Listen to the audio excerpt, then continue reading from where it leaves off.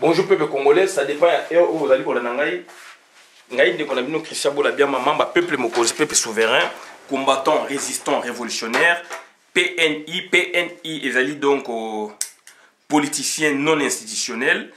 Et donc, on a non institutionnel par rapport, il y a comportement, il y a Congolais, au bazali ko sala boujoba, nazali non institutionnel par rapport, il y a combat au nazali ko bunda, nazali non institutionnel par rapport, il y a combat au nazali ko bunda, donc c'est-à-dire tolingi boujoba te, tolingi boujoba te, y a on a donc moni tozali ko lobake, tozali politicien non institutionnel, puisqu'il faut te défendre le Congo, puisque batuming bazali wana, baza ko défendre le Congo te, y a on to mi bengi politicien non institutionnel. Toye koloba mingi lelo na cadre moko donc culturel musical et donc sont des sujets qui fengelito limbola makasi puisque donc batupe baza ko tuna biso trop et li par rapport à génération musicale et guitariste emprunté ou d'emprunt.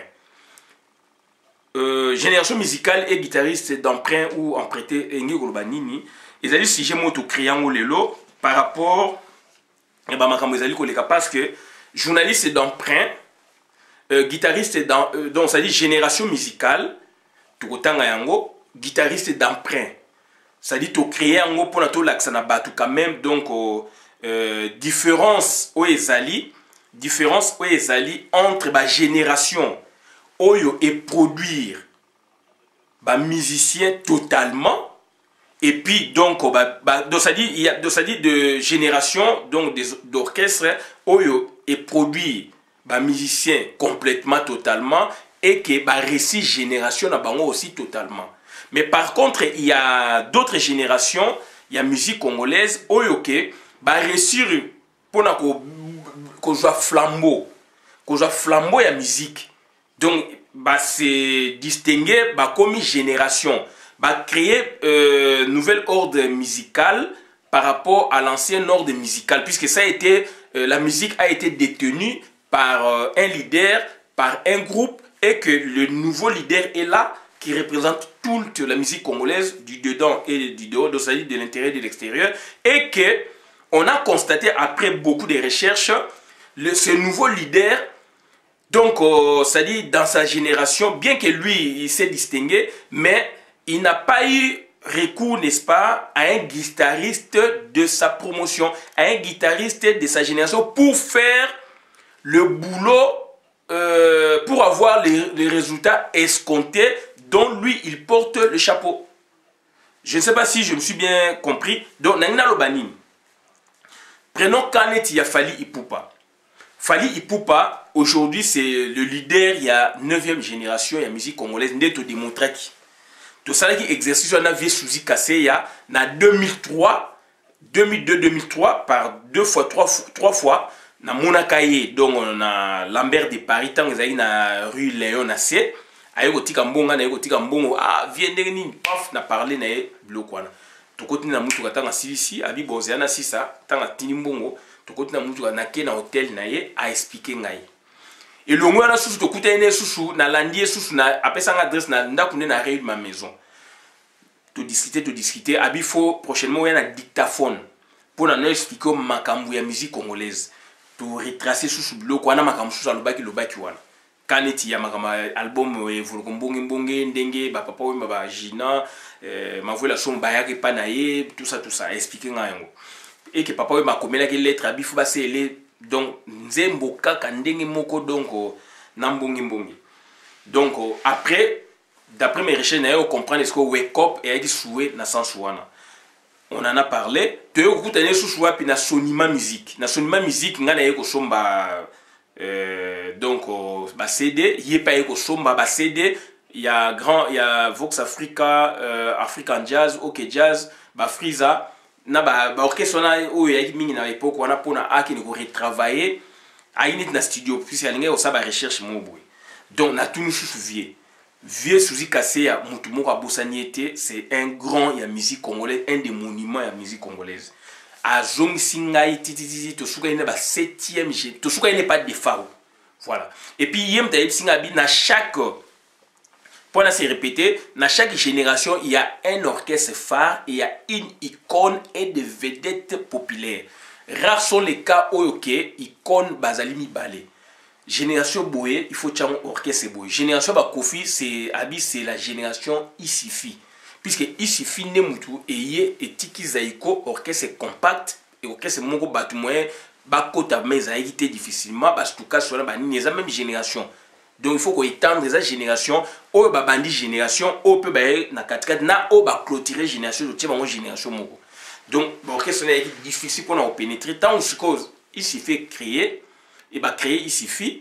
Donc Evoloko, Bozi, papa ou madame a voué la somme, bah créer il suffit, bah va depuis bazalaki wana, puisque il suffit, il y a les bosso zalaki, Evoloko na Gina.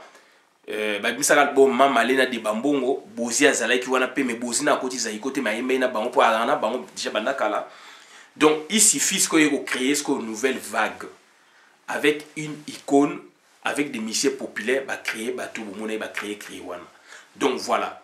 Donc ba yo créer génération asika mais mutu lokwa va de mambenga aepsangai ya beta musique ya chambre. Donc abani musique ava evoloko. Mais evoloko mtabimisier. Et puis, il y a arrangé la première chanson, la chanson il voulera partir et l'uzam ti ndenge ba longwe wana, ba longwe ba succès wana tout ba donc orchestre yene volo kona yolo après evolo kwa ina ngona zaiko.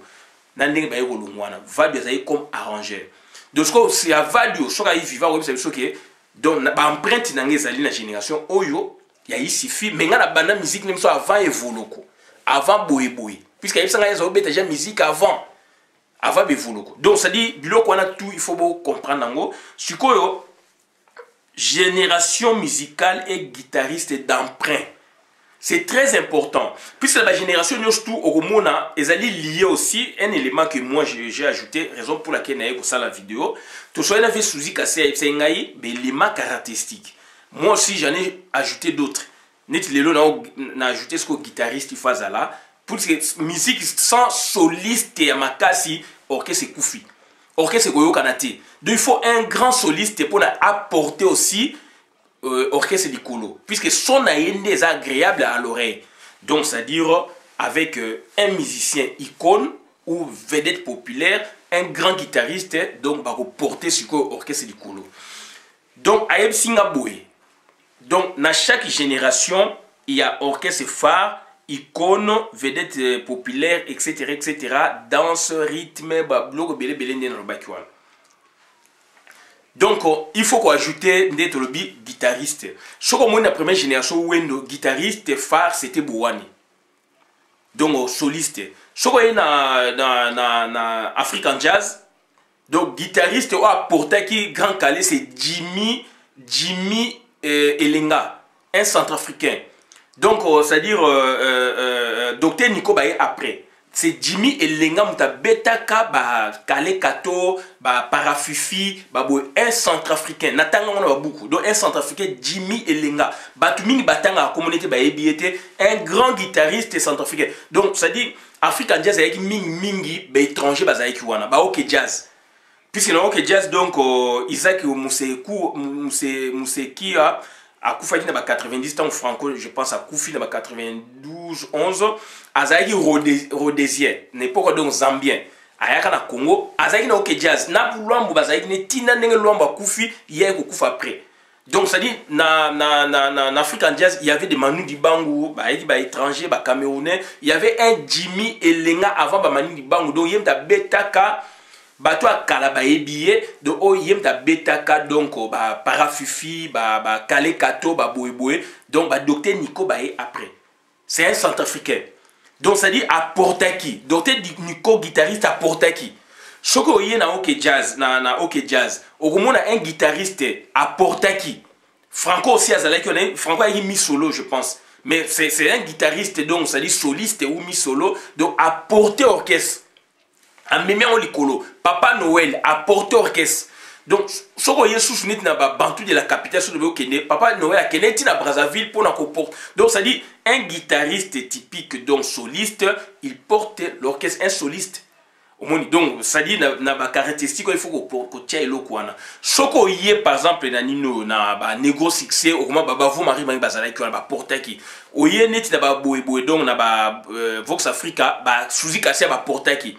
Donc, soko yé na ba maquisard na ba boy au moment a toujours ba guitariste bazala qui wana.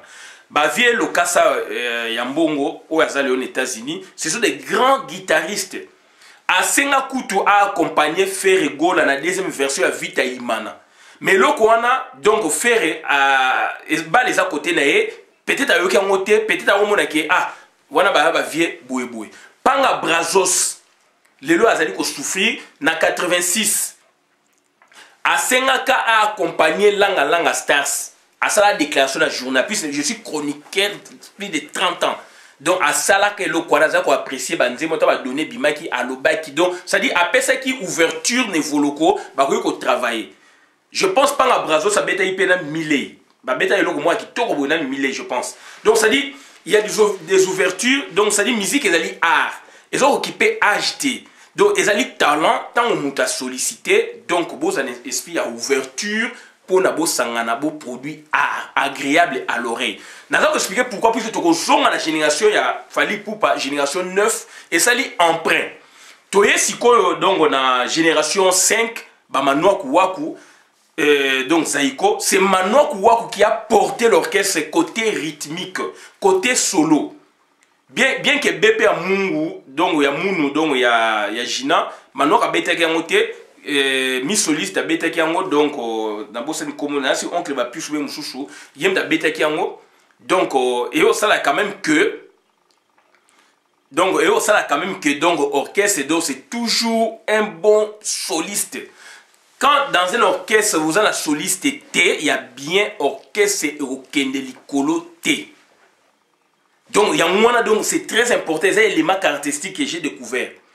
Toye si qu'on a génération il y a ici génération ici donc il y a eu emprunt en quelque sorte mais il n'y a pas d'emprunt puisque là c'est Manoa Kouakou il est à cheval entre donc Manoa Kouakou il est à cheval entre donc il est à tout passe avec Asso Nzemo ya Kofi Ningisaka ma révélation de l'année donc il y a eu orchestre laboratoire Ray Lema Oncle Bapus et les guitaristes c'est Manoa Kouakou il a porté il est à cheval aïe les sous 78 79 bah date wana na ina deuxième séance na Seraf donc babimi Nzemo nini donc révélation Nzemo ya Otis Mouta toujours apport ya guitariste Manoa Kouakou mais révélation ce que ya be voloko ba bozi ba betaka ngona ba Manoa Kouakou na ba Otis Mouta na ba Nzenze mais ça qui donc devait alinga qui teke ba josa ba yeba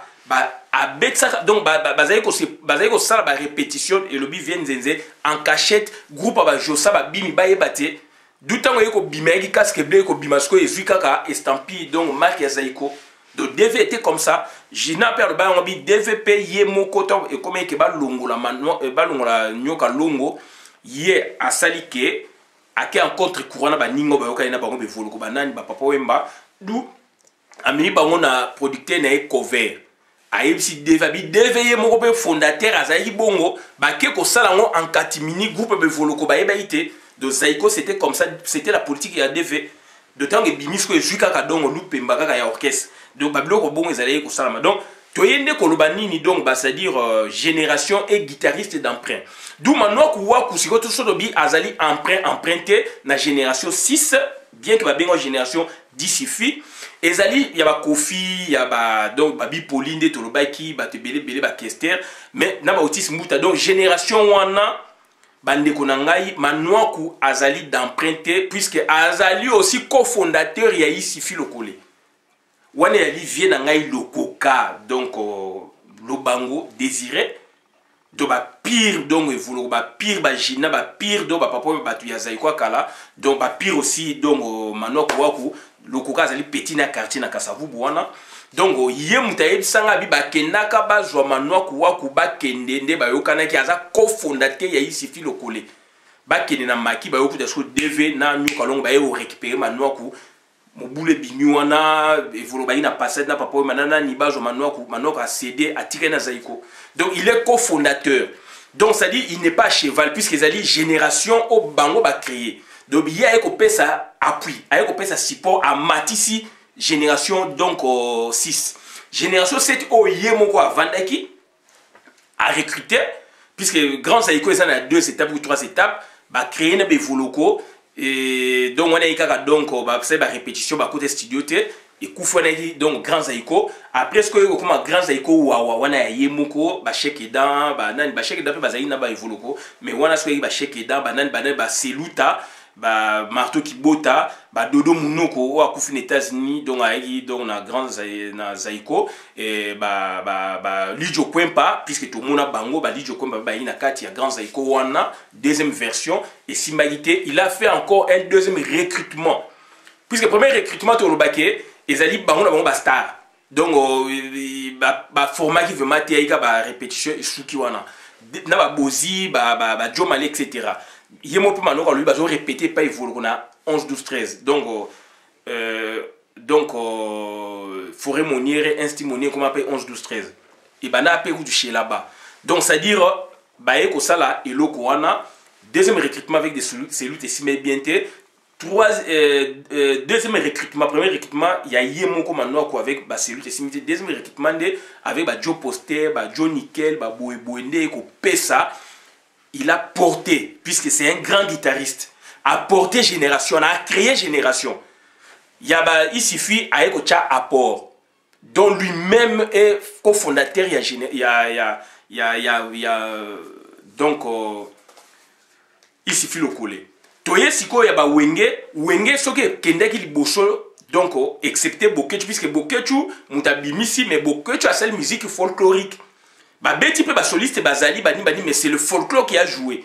Mais du moins toye siko to neti parmi l'orchestre il y a génération aujourd'hui wenge vous verrez qu'il y avait un grand guitariste ou deux grands guitaristes solistes Zing Zong atika ki ba biloko ne ba beti histoire na bango donc oyoke donc Makaba Ndemutu a continué nango donc ça dit on prend Zing Zong on prend surtout Makaba abimisi sikoyo donc wenge avec travail au bassin inventivité et ça inventivité donc il faut toujours dans un orchestre il faut un grand guitariste à porter orchestre et colo puisque la génération o ba Bokechu wana ba wenge musique promuse musique et ça na kati donc orchestre donc il y a bumbu il y a ba Shora Mbemba oui Shora Mbemba et ça na kati orchestre belé zali donc ba génération ezaki belé ba génération intermédiaire il fallait kaka ba litong bouge orchestre musuya na Kasavubu na ba Bosobolo ba orchestre mi balé ezaki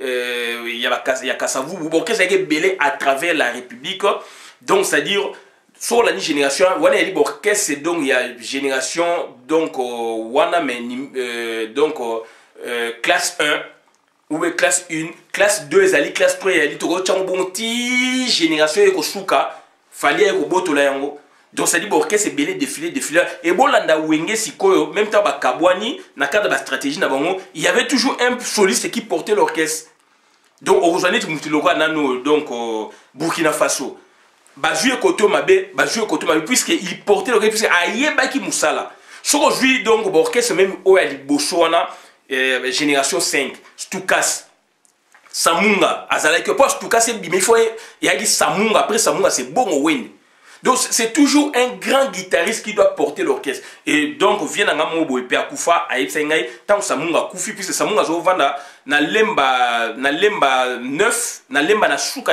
lemba il faut na droite no Keiti eza na frontière na Ngaba Samunga avande na Ngaba côté wana babi Samunga tanga kufaki litabemba ya kana litabemba zolela bana lemba mona boy abia ngai musique nange kufi ndenge Samunga kufaki donc litabemba déclarant on a lemba bato akala ba yebiango azolela Samunga kufi puisque donc nzela ya ko kundaye donc obimisa corps et ainde par lemba puisque il y a une frontière Ngaba par lemba nde boy Samunga les grands guitaristes ba concurrent ba manwa kuwa ba concurrent ya ba donc donc Roxy Chimpaka. Et Roxy, ce qu'on sous tout Zaïne Bimaki, puisqu'il y avait donc bon, Roxy Chimpaka, dans l'histoire, Azaïna tout Zaïna, mais na moi 4-4, mais il a porté l'orchestre. Et donc, exercice dans Sengabino, fièvre monde évoloko. Mutabetango, est-ce que Zaka Roxy Chimpaka ou Ezaka Manoak Waku? Natangwana Manoak Asa Longwaki ou bien Azalaki? Question to Pessi. Zaiko tango ekei na visa 80, est-ce que Manoak Waku akendaka voyage wana ou akendaka te ou bien asa longwaka? Question ezali puisque il y a plaidé pour un groupe de musiciens balongwaki et puis les musiciens ba yeko zonga sans que yaye ba voloko ba bozi ba jomali ba yeke belé ba yenga junior etc. D'où siko on a parce que voyage il y a visa 80 Manoak azali na kati ya Zaiko déjà ou ba longwaki est-ce que ça voyage wana visa 80? Point d'interrogation. Deuxièmement, Mutabeta fièvre monde, ezalaka Manoak Waku ou ezali donc Roxy Chimpaka. Point d'interrogation. Donc tout pesi bino donc ba clavier bolo babo répondre biso. Donc c'est toujours il faut qu'il y ait Maki, il y a pas dit de Yogo et Mataki parce qu'il y avait bah lola moins il y avait 8 kilos. Papi Michel, de 8 kilos, il faut un grand guitariste. Promise musique. Il y a Kassavou et Bimaki, il y avait un grand guitariste. Mais exception Zali. Et puis il y a d'autres talents, neti bébé na nono ya Zaiko. Ba Zali quand même na génération moko na ba defa na ba kokwa nana puisque ba bébé ba bimina ba 82 ba e na port à Talaku. Donc so na tanga kité donc Mutunamuta s'est situé je peux pas citer tous les noms puisque ba bébé non bébé na nono bazali na kata génération puisque na pesi donc nga na pesi ka ba temporalité Mutunamuta s'est situé place ni ya Oyozala puisque bébé nono ba go sabino que ba bané musique kalame ba trace na bonga na génération ni trace na bonga na génération grand Zaiko bien que bazana na kata Zaiko puisque Zaiko na tango wana ba former ba tuti Nathan va former jeune Mwanda mais mingi ba comme déjà ba star ba comme déjà ba grand nom mais par contre Zaiko 74 ils vont le là maintenant ils ont recruté et ça dit que force Zaiko ce qu'on est donc il suffit le coller ne monter bimisi ndenge et bimisi génération donc bateau ba recruter ba lengi lenga ba boy bazali batu ya génération to ba ya suffit mais quitte lengi lenga ça biso que donc na pauvre lengi lenga soka zala ki na likinga ba ba que no biso bandaki génération na biso zali boy mais ba trace na biso na génération boy puisque ba beti ma boy to mona boyté n'époque ba evolu ko bazala ki moni bien que lengi lenga abetaki oui ba donc ba likinga ba déjà ba empire ba presque ba génération moko mais ce que création génération ils allaient donc vous porter et puis vous allez rupture. Donc c'est-à-dire yango tokoloba na sens wana et tous allez skoyo na sujet na biso makas les génération musicale et guitariste d'emprunt. Donc expliquer bino donc ce que génération sukoyo il y a donc nabi sali 30 ans puisque ba stratégie zalaki mingi ba ko contenir ba tout ba génération intermédiaire zalaki ba promise musique à la tangi bino ba boy ba tangi bino ba Gilles Kwata ba zalaki ba boy donc na tangi bino orchestre moko ya nani ya lofumbo zalaki ba orchestre zalaki belé mais moi ba s'affirmer bo ezate puisque ba tamakasi ba zalaki ba sur des zalaki wana ba wenge donc Marie-Paul azana kata génération wana surtout tangité donc to pesika temporalité azali na kata wana a persa qui peut donc ça dit na kata wana tous quand vous lisez vous verrez que donc c'est à dire il y a trop de stratégies et puisque et aussi ni ba génération intermédiaire ba tchemutu ba dindi puisque la stratégie c'est avec ming mais ba teke na 30 ans il y a pas eu de gens qui ont osé non camarade nanga koko gos Chindai Chalukenda Koko Gos aza mwana lingwala et puis mwana ya bandal toujours qui n'est pas na bango pe na bandal donc asalaka orchestre forte lingua ao le kana ba hit parade banana et papa manda chebo bani mais orchestre il mataki mais mati mais donc il s'affirmait vraiment boé et soit leadership. Mais ce sont des orchestres donc Koko Gos moi na lingwala batu ba yebiye master na ngai to tangi na to six na master na ngai na ba François Mukune Musungai Koko Gos Chindai Chalukenda grand musicien na 82 83 donc azaïki déjà muta papa ma on déjà kota viva. Donc il y a des choses comme ça, donc l'orchestre est belé donc mais et ça dit que va percer. Donc ça dit ezali biloko très important, il faut qu'il y ait un grand guitariste. Fally Ipupa. Dans l'année émission moko donc ça n'a pas réflexion par rapport à émission mon dans internet babi lelo il y a plus de solistes, il y a plus de guitaristes puis les guitaristes c'est loka obeta boye batelo na obeta bola ba rose kulu kangala bola na neti ba popolipo puisque popolipo biso de bien na ici popolipo donc évoluera surnommé que chic côté double patte tant évoluera que nego joyer donc na kosa popolipo chic côté double patte. Après, Aïna Langa Stars, après Zaïko et Juillet. Donc, ils ont travaillé. Ce sont des grands guitaristes, des grands donc, musiciens, mais du moins, bah, travailler sur la génération, ils ont travaillé dans Zaïko, mais ce que bah, jeune Bazalaï qui va recruter Kindambu, mais va percer le col à JBT, va percer le col à Bokeh, je ne vais pas percer quitter. Puisque ils allaient donc Zaïko et Mati. Il y a des jeunes, mais les jeunes ne sont pas été. Donc, ils sont flambeau en été. Puisque les jeunes sont flambeau, il y a Zaïko. Pour le compte à Zaïko. Bébé, non, ils sont mataki. Mais donc, ils ont des fois. Donc, ça dit, mataki. Donc, il y a un apport. Mais ça affirmait, mais à niveau mogo, c'était des vedettes populaires. Toye siko neti donc neti tolo baleti na Fally Ipupa. Ba génération ezé belé wana kati Fally Ipupa ye akati. Akati mais ezali ba guitariste ya génération na été. Il a fait appel na Maïka Munan. Maïka Munan azali na génération be voloko. Génération ba papa wemba. Donc apport et on a dit donc c'est-à-dire donc génération musicale et guitariste d'emprunt. Puisque Fally Ipupa s'est confirmé, mais l'apport guitariste, donc apport il y a guitare, il y a un grand nom de la musique congolaise. Donc Aeko Tsunga Lekinaye, na album Liputa. Donc ça dit Fally Ipupa s'est confirmé sans apport de la guitare, il y a génération nae. Donc Engelo Banini génération, il y a Fally Tilelo, donc il y a carence, il y a des guitaristes. Sokoteli Koffi Olomide, succès, il y a Sali, il y avait Popolipo. Il y a des guitaristes, Koffi Olomide, après Popolipo, a joué des guitaristes, Boé Boé, mais Ezali, donc, est porté orchestre naïve, mandenge, il y a période de la loi. Mais et pour orchestre Nezali Likolo par rapport à la thématique personnelle il y a Koffi Olomide.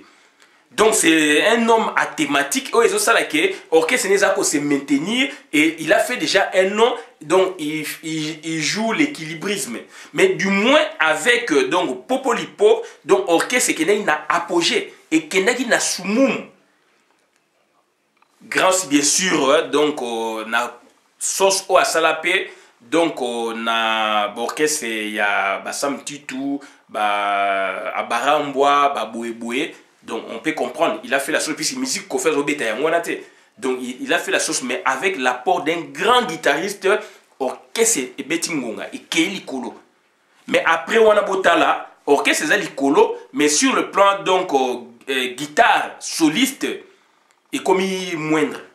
Mais il joue sur ses thématiques, sur ses mélodies, Baboué Boué. Fally Ipupa par contre, donc, génération est accusé absence ou carence, il y a soliste. Et le fait que musique n'a pas so soliste et basali sous bienté, c'est un fléau pour la musique congolaise dans l'avenir. C'est ainsi que nous avons lancé appel. Na Maïka Munan, naza ko lancer appel na Vie Suzy Kaseya, naza ko lancer appel na Popolipo, naza ko lancer appel na Vie Manok Waku, naza ko lancer appel na Bongo Wene, naza ko lancer appel na Wikilo, batu o ba se distingaki en tant que soliste. Ya ba Vie OK Jazz, ba Boé Boé, ba Vie Dizzy, ba do ba bazali belé wana, donc ba Vie Dino Vangu, ba Vie donc Lokasa ya Mbongo. Je peux me tromper, même si je suis soliste ou bien mais guitariste wana donc Joe Mali bien que ça basiste Lofombo bien qu'à bassiste, donc, guitaristes, ils doivent repenser la musique congolaise. Puisque la musique, la musique même partout dans le monde, est tambolakana, instrument. Et tant que les instruments, les instrumentistes, les musiciens, les guitaristes, c'est très important. Et la musique, la musique, s'est reposée sur la guitare solo. Principalement, guitare solo. Quand vous n'avez pas un bon soliste en orchestre, orchestre c'est comme matate. Et quand aujourd'hui dans le Congo, donc c'est-à-dire, ça fait 20 ans, mais j'ai observé à partir de Fali Kati, il est devenu le numéro 1. Il y a musique, il y a Congo Lelo, dans la génération 9, mais avec contribution ou apport d'un guitariste renommé, mais à génération 5. Donc il a fait appel à un guitariste à génération 5. C'est que Fali a vu, il y a un vide. Et aujourd'hui, les jeunes sont là au Congo. Est-ce que Bazako s'inspirer sous bienté? Est-ce que vous avez consulté vie pour na mata? Burkina Faso, les makaba bozaona, guitariste, na loana. Donc il faut repenser musique na biso. Puisque Fali Poupa a bimi aujourd'hui leader, mais avec un guitariste d'emprunt qui n'est pas de sa génération. Alors, sur telle musique, la génération n'a étalé 9 générations, il y a toujours eu un guitariste, soliste ou bassiste, ou il y a génération. Donc, il y a un vrai problème dans la musique congolaise. Bien qu'il fallait aussi une stratégie, Robin bima azako contenu bango Fabrigas bima azako contenu bango héritier wata ba cha mutu ba bima pe ba botola azako contenu bango même stratégie jibe basala même stratégie jibe basala Dolph basala ki wera basala ki, sauf à la différence il y a jibe wera banani le producteur congolais du dedans nakata Congo pe libana na poto accompagner ki batuana pour na ba bloquer musique congolaise. C'est ça la grande différence. Producteur, je l'ai dit, en tant que chroniqueur, chercheur, producteur congolais, du dedans na Katia Congo, de l'extérieur na diaspora, accompagner qui, wenge wana, accompagner qui batuana, suédé, surtout wenge, stratégie na bango pour bloquer la musique congolaise. Raison pour laquelle Bomonique, donc, génération moyen Tchamutu et Bima intermédiaire na tangaki et s'affirmer à l'aïté. Tout le corps, s'il vous plaît, la gamme, Bimaki, moi, ça filme zate, ça filme, ça flambe zate, puisque il y a un soutien, il y a un producteur, tout le corps, donc, promuse musique, Bimaki, moi, ça soutien ezalité. Je me rappelle encore, Zachary Bababoua, à sa émission, moi, qui toque, fait vers, je pense, Azako le bapona, yaya, le fumutan, Bimaki, l'orchestre, c'est meilleur, Azako le baquet, producteur, producteur, donc, producteur, se manifester, qui n'a pas auto, tant à y plébisciter, mais, si quoi, et c'est nini voyage et c'est nini contact nini producteur pour les wenge pour les suédés donc cas ils allaient belé. Mais par contre il y a Fali Poupa, lui il n'est pas rentré dans cette complicité puisque wenge comme il est donc MPR donc c'est-à-dire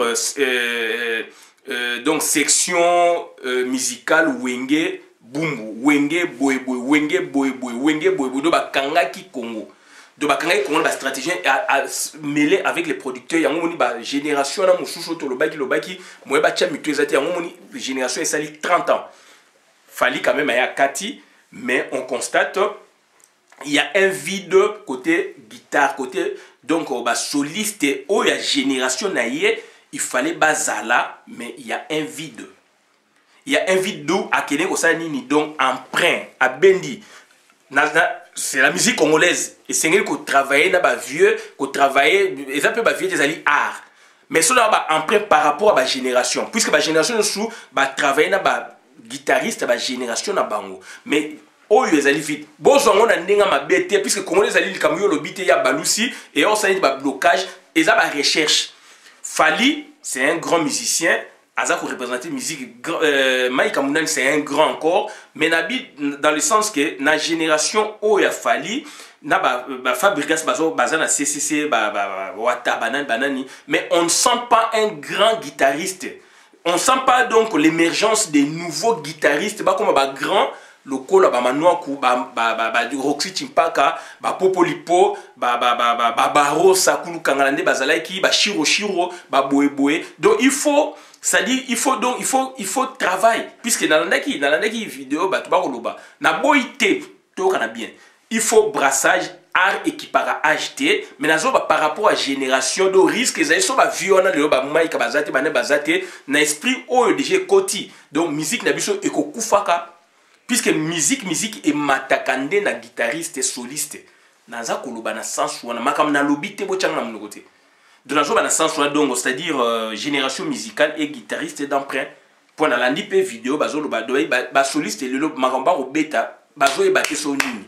D'où j'ai réfléchi à repenser génération par génération. Chaque génération a un guitariste type. Ou un guitariste type ou un porté génération. Mais la génération fallait pour pas na ba petu oyo bazali ezaka génération na ye o ba ngaba mais bazo ko raté yazo kanga bazo ko contenu ba on ba stratégie puis na force de frappe d'où émergence ezomona té bazo bango ba ocha mitu mais il faut qu'il y ait des guitariste ou bako accompagner bango ya génération na bango oyo bako porter orchestre. D'où Fally avait compris raison pour laquelle il a fait appel na un grand Mike Amuna na album Liputa et Bimisi Mbalamoko. Donc Fally avait compris il y a un problème na génération na bango. Donc ça dit on a vu chaque génération il faut qu'il y ait un travail il y a on a cinq de guitariste pour repenser le quoi. Bo sala ba on met ba so ba linga me ba recyclage donc bo repenser ba jeune aussi bo landa ba vieux wana sans cela musique na biso kufi on a également ba ngwana suki a bon la vidéo madame na compte la communauté ngai Christian Bola bien maman ba pepe moko pepe souverain na bi merci bo zo na ninga ma bete na boité que a réali et qui para HD vieux le kassa ya mbongo c'est un grand talentueux a senga ka vita imana version 2 abetango na Ferregola pas répondre donc peut-être azape ko muna yango te mais ali art via sentir le loko na Ferregola peut-être eko sale loko mususu c'est le travail ezape etika pe ba empreinte tozongi sous na vie panga brazos asenga ka loko moneta ndengwana na evoluko na langa stars il n'avait pas cité mais on a lu entre les lignes na moment c'était langa stars na album donné ba mais apprécié qui travaille wa mpanga brazos de yaki implicite il y avait le cas ça mbongo ezali explicite à bimisi donc to boité areza bongo lelo général de fois au basali album na vie na e Mike Amunan va produire un jeune. C'est ça le travail. Mais toujours le bandit, ce qu'on a cas de recherche, bah viona so bazalité lelo relève il y a bien zate côté bah guitariste, soliste, mi solo, boé basiste. Donc ça dit frange wana. Donc ils dit frange moko doré. Ce que Sili musique na biso koufi puisque musique congolaise est à guitariste et dans le monde est à guitariste. Mais maintenant, donc, on a observé, ça fait 20 ans aujourd'hui, il n'y a pas de jeunes talentueux guitaristes, ne ba manok ba bandaka, ne ba maika munan ba bandaka, ne ba vie souci ba bandaka pour ba porter ba orchestre. Vide wana et c'est ressenti. Ba bon wene ne ba bandaka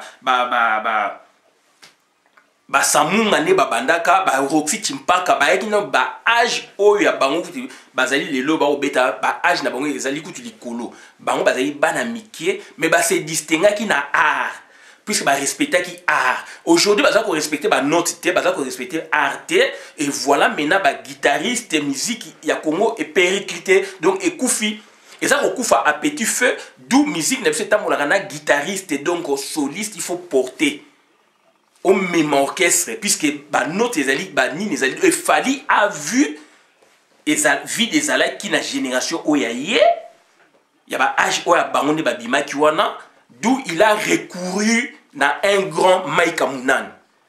Donc c'est une chose à féliciter. Il a vu il y a un vide. Tous ande ko inciter na jeunesse bo retravailler ba concept bo beta musique ba vial bazo yana ba kin bazala kawana ming bazali mais bazala ba kin bo fréquenter bango pour na bo parler musique surtout bino ba instrumentiste puis musique na biso reposaka wana bolanda kaka voix te musique na biso se reposaka na ba guitariste ba soliste ba boy il faut bo travailler na ba violon il faut bolanda bango puisque génération sur sili musique na biso ekufi. Donc je pense que je me suis fait comprendre. Donc bonjour on a ninga ma bête donc ngai Christian Bola bien maman ma peuple souverain nabi merci.